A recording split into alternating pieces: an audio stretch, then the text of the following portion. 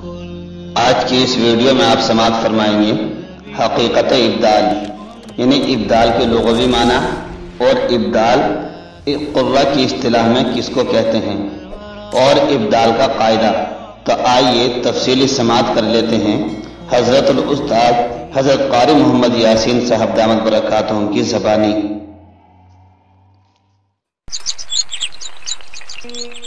بسم اللہ الرحمن الرحیم۔ اب ابدال کا قاعدہ شروع کرتے ہیں۔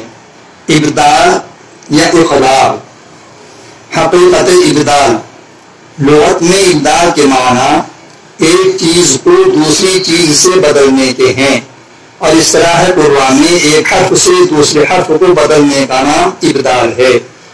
نون تنوین یا نون ساکن کے ابدال میں ابدال کرتے وقت نون ساکن یا نون تنوین کی آواز کو میم ساکن کی آواز سے بدل دیا جاتا ہے۔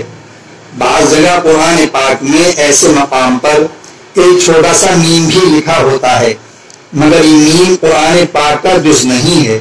اگر کسی جگہ میم نہ بھی لکھا ہو تب بھی قاعدے کے موافق آواز میم ہی کی ادا ہوگی۔ قاعدہ نمبر 22 ابدال کا یہ قاعدہ ہے۔ ابدال کا ایک حرف ہے با، کہ جب یہ حرف تنوین یا نون ساکن کے بعد آ جائے تو تنوین یا نون ساکن کی آواز میم ساکن کی آواز سے بدل جائے گی، اور تنوین والا حرف یا نون ساکن اس میم سے مل کر ایک الف کے برابر کھنچ کر ناصب غنہ ہو کر پڑھا جائے گا، جیسے من باقینا لینبذن، اس کو ابدال کہتے ہیں اور قلب یا اقلاب بھی کہتے ہیں۔